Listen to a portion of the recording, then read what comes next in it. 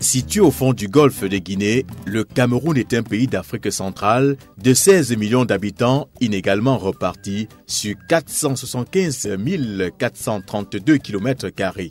Véritable Afrique en miniature de par sa diversité ethnique et culturelle, le Cameroun comporte 10 provinces dont la plus remarquable est celle du littoral, la capitale économique. Avec ses 3 millions d'habitants, la ville de Douala est une ville portuaire où toute l'activité économique se concentre autour du port, des zones industrielles. Douala, c'est aussi ses marchés toujours en effervescence, un trafic intense sur ses principaux axes routiers et une urbanisation en pleine évolution. Ville hospitalière, Douala regorge plusieurs associations, parmi lesquelles on peut évoquer l'Association des femmes en action contre la pauvreté. Présidente d'une femme, Association Femmes en action contre la pauvreté. Association Femmes en action contre la pauvreté, c'est une association à but non lucratif qui soutient les femmes dans le but d'améliorer les conditions de vie de la femme et de la société. Notre association opère dans le développement. Dans le développement, nous regroupons les femmes selon leurs besoins en créant des projets qui rendent les femmes visibles, non seulement au milieu, mais aussi dans les quartiers là où elles habitent. Nous avons un atelier de couture, nous formons les filles, les jeunes filles qui ne connaissent pas aucun métier, qui ont envie de connaître un métier. Pour le moment, nous avons 12 filles en formation et d'autres femmes qui travaillent pour l'association. Nous fabriquons les ensembles de tables, les ensembles de cuisine, les cabas, les draps, les rideaux. Je suis camerounaise et je suis responsable du centre de couture de la FACEP. En général, nous avons 5 ou 6 filles qui viennent se former. Et lorsqu'elles arrivent, certaines ont quand même, parmi les anciennes qui sont venues, avec des petites connaissances en couture. Et elles choisissent un domaine ou l'autre où elles doivent se développer leurs connaissances. Que ce soit en décoration, la couture des rideaux, des articles de maison ou alors des vêtements. Une association qui s'est donnée pour mission de promouvoir et d'encadrer les femmes, de les aider dans la gestion de leurs activités et dans le montage des micro-projets générateurs de revenus.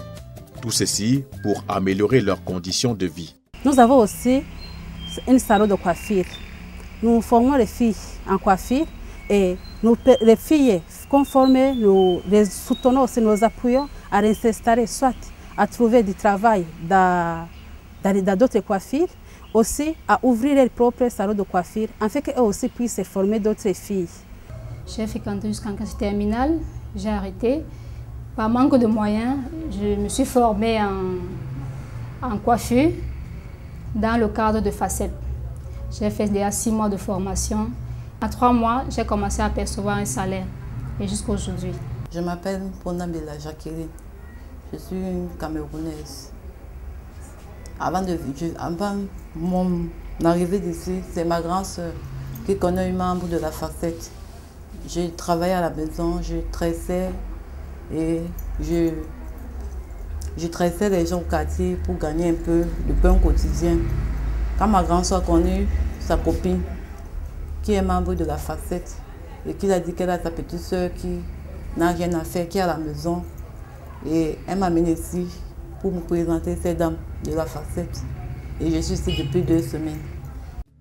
Notons que les difficultés financières empêchent de nos jours les femmes à accroître leurs compétences. Et l'Association des femmes en action contre la pauvreté entend émettre des signaux forts qui vont contribuer à la réduction de la pauvreté dans les familles. Concernant la couture, nous venons d'installer, l'année passée on a installé des femmes avec des machines et on a aussi appuyé avec Info pour acheter les tissus. Nous avons une unité qui fabrique la transformation de manioc, c'est là où on fait la transformation des légumes par commande. Les manioc qu'on appelle les chikwang, c'est mélangé avec les Congolais et les Camerounaises. L'association Femmes en action contre la pauvreté, c'est une association là où il y a des femmes camerounaises, congolaises, togolaises, centrafricaines. On est en train de fabriquer le manioc, le bâton de manioc. On fabrique aussi les feuilles de manioc, comme on appelle les quem. Il y a aussi le foro, ça dépend de la commande. On est en train de fabriquer ici sur place pour vendre ici et on envoie un peu en Europe. Les associations de femmes, on nous a aidés avec une moulin pour écraser le manioc. Mais le moulin, ce n'est pas la puissance, là, ça ne peut pas écraser le manioc. On a alors mis ça au marché pour écraser le condiment et pour que ça nous aide un peu. L'association met ses compétences au service de la jeune fille, de la fille mère, de la jeune femme et des personnes du troisième âge pour l'amélioration de leur niveau et de leurs conditions de vie. Informer, éduquer, sensibiliser, tels sont donc les mots-clés de l'association. Je suis infirmière diplômée d'État en retraite et je suis venue donc m'intégrer dans le groupe pour parler un peu dans le domaine de la santé, de l'éducation sanitaire, donc la diététique, les mesures d'hygiène, surtout pour aider les jeunes filles qui sont mères dans l'éducation et l'alimentation de leurs enfants. C'est donc ainsi qu'on fait. Et les cours d'hygiène, des conseils dans le cadre de la santé, de sida. Bon, mais dans le sida, on ne peut pas trop en parler parce que c'est quand même un domaine privé. On ne peut pas trop s'introduire dans la vie privée des enfants, surtout des jeunes filles mères qui ont honte de s'exprimer. Mais on leur donne quand même des conseils nécessaires pour qu'elles fassent attention dans leurs relations. Je suis Jean-Vivier Abiarimana. Avec un groupe de 15 personnes, nous avons pensé à créer une association qu'on a dénommée Femmes en action contre la pauvreté. Voilà, j'étais habitué à travailler avec les ONG parce que depuis 1990, j'ai travaillé avec le CICR, la Croix-Rouge, au Rwanda. Et au Zaïre, j'ai travaillé avec les organismes humanitaires tels que la Croix-Rouge de Belgique, Coopération italienne. Et ça m'a permis d'avoir assez de connaissances de leur fonctionnement, faire connaître les organisations. La volonté, c'est ce qui nourrit la passion. Ensemble, tout est donc possible.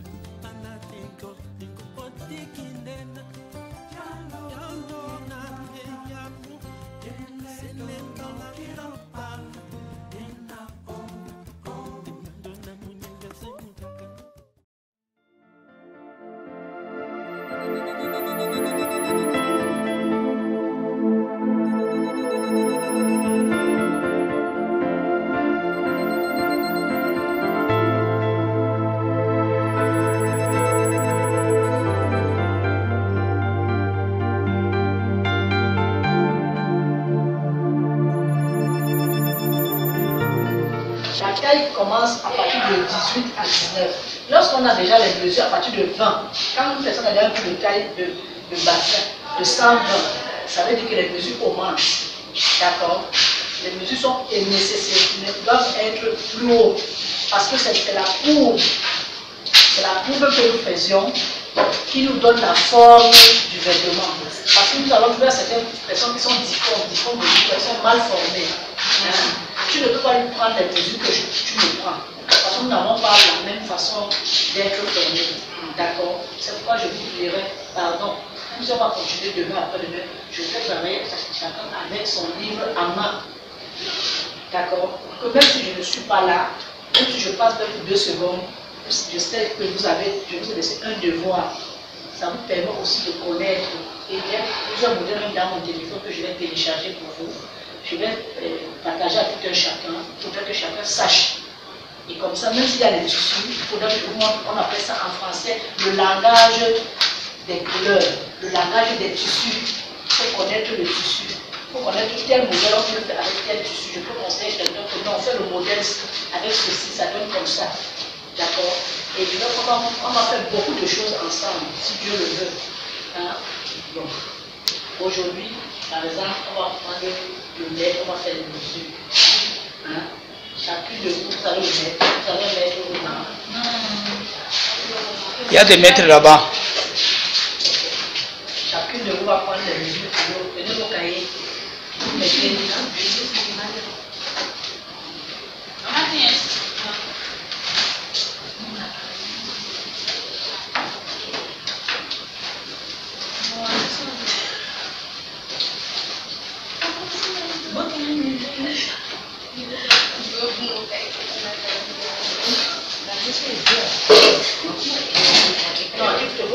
cahier.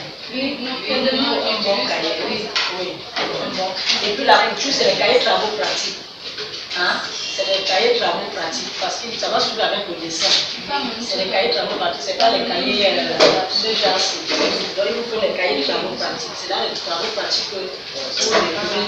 Voilà, oui. Donc maintenant, ça c'est le diérico. Ça c'est le diérico. Oui. Non, on n'a pas que le diérico aussi pèse. Ça pèse. Tu ne peux pas faire quelque chose avec ça. C'est lourd. Hein? On ne fait pas le diérico. Non, non. Moi, on m'avait dit que le diérico pèse. Il y a des tissus au marché, il y a des tissus pour les chemises. C'est toujours dans des... Ça, c'est comme une doublure. Hein? Le diérico, c'est une doublure. Maintenant, il y a d'autres doublures qui sont plus légères. Si vous voulez faire des chemises, parce que ça, je ne peux pas offrir une chemise à quelqu'un avec ça. Ça pèse. Il y a des personnes qui ne peuvent pas porter ce qui pèse. Donc maintenant, quand on ouvre ça, c'est généralement pour des petits coupes. Des trucs comme les modèles de poupées. C'est avec ça que nous apprenons. Parce que tu fais ça, après tu prends la peau forte, tu poses dans ton livre. Hein? Voilà. Mais si c'est avec ça, là, tu ne peux pas faire avec. Parce que ça pèse. Ça, c'est pour marier, c'est pour mettre en bas du cabas. Hein? C'est comme on appelle ça l'empiècement. D'accord. Bonjour. Voilà. Ça, c'est l'empiècement du bas. Hein? On met ça en bas d'un vêtement. On ne peut pas faire une chemise à quelqu'un. Soit on l'utilise aussi souvent pour faire la décoration. Hein? Il y a certains moments maintenant, quand ils font le cabas, par exemple, les modèles à deux tours, on dit quoi, qui veut dire ici, on a vu comme ça là, on va mettre ceci, on met comme ça, pour le sortir. Si c'est que le tissu, que le vêtement que tu as, le tissu que tu as la même couleur, non, c'est pour marier, c'est pas les tissus pour porter parce que ça pèse, le diérico pèse. Donc lorsqu'on le met en bas du cabas, il doit être léger un peu. Je ne peux pas le mettre beaucoup. Moi, je ne considérais pas le diérico comme chemise que je veux offrir à quelqu'un. C'est parce que c'est dégradant comme chemise. Ça là, c'est pour les petits empiècements, les robes, les petites robes que vous allez faire. Vous allez décorer votre cahier. C'est avec ça que vous pouvez utiliser. Mais pour faire une chemise à quelqu'un, je vais vous montrer les tissus des chemises. Il y en a au marché. Les prix varient. Il y a même des petits morceaux que vous pouvez prendre, même un double 20, parce que pour faire une chemise à quelqu'un, il y a un double 20, un double 15, un double 30. Tu fais une bonne chemise à ton père, il serait content. Bien fait, il va vraiment aimer. Si tu offres quelque chose comme ça à ton papa, vraiment, ça ne vaut pas la peine. D'accord? Bon, tu vas te mettre un mètre, tu vas te mettre debout. Le mètre, tu peux le faire.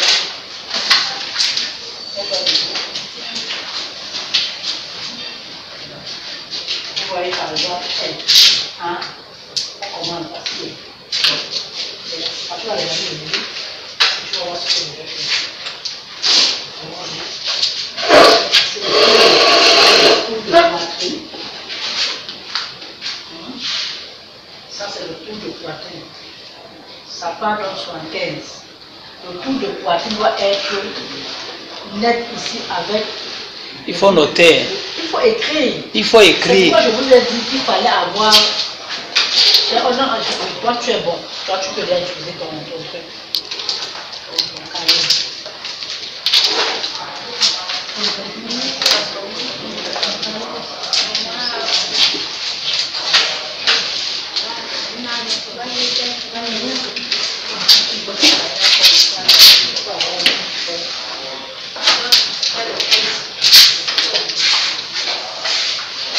Comment prendre les mesures? Hein? Comment prendre les mesures?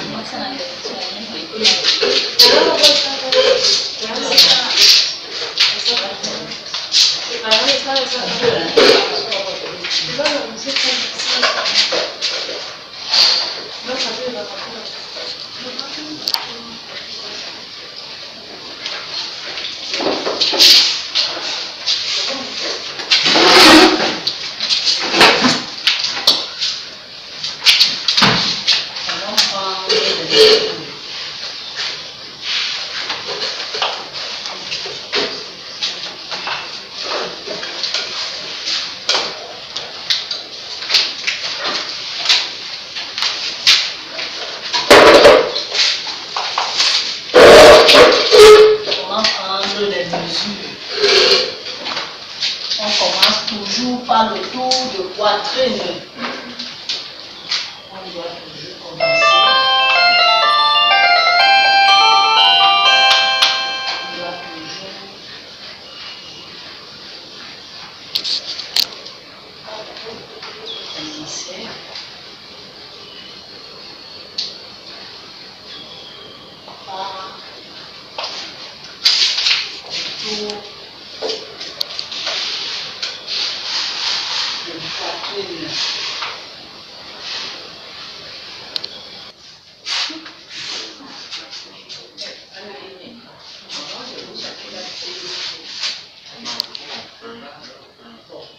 Vous voyez, on va l'épaule. On passe là. Vous voyez, vous descendez jusqu'au nombril, la longueur taille, devant. On prend de l'épaule. Vous savez comment je prends? Passer l'épaule ici. Là. Ton compte est là-bas. À là. Vous créez un nouveau compte. Il faut que ça passe devant son sein. Voilà. Voilà sa longueur taille devant. Oui. C'est à 40. Sa longueur taille devant est à 40. Donc, longueur taille devant. Pour prendre la longueur taille devant, on va de l'épaule jusqu'à la taille. La taille, au nombril, parce que la taille c'est dans ce niveau du nombril.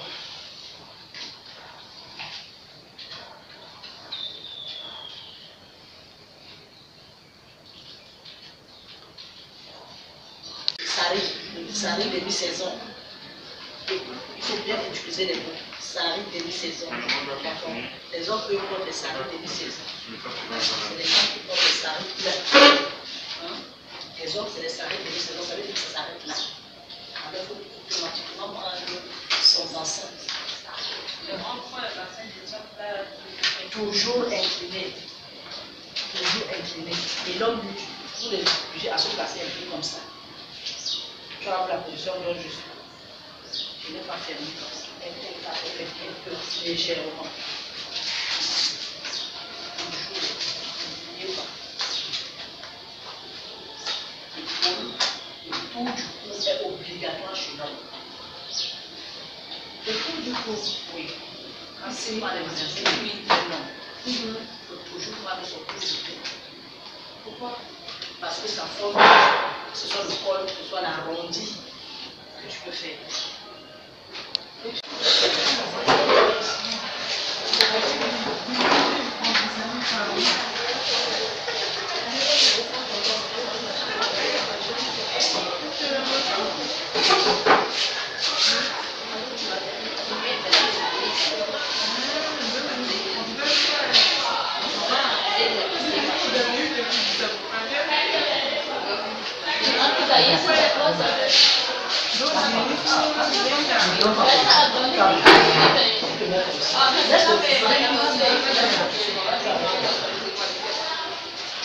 Avec toute ta force.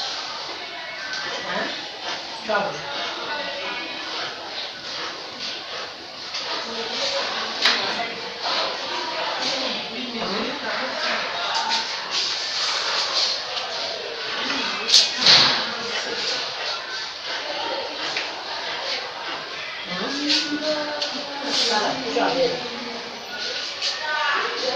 Maintenant, pour le dos,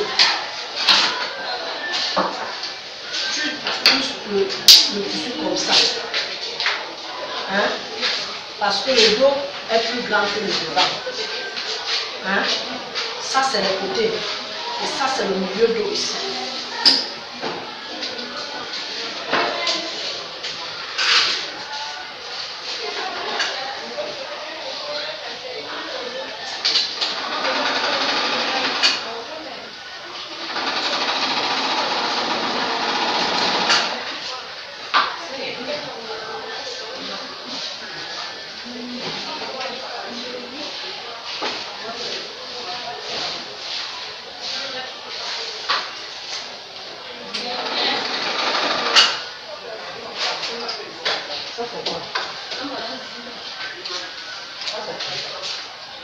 Ça, c'est pas ici. Ton bassin fait long comme ça.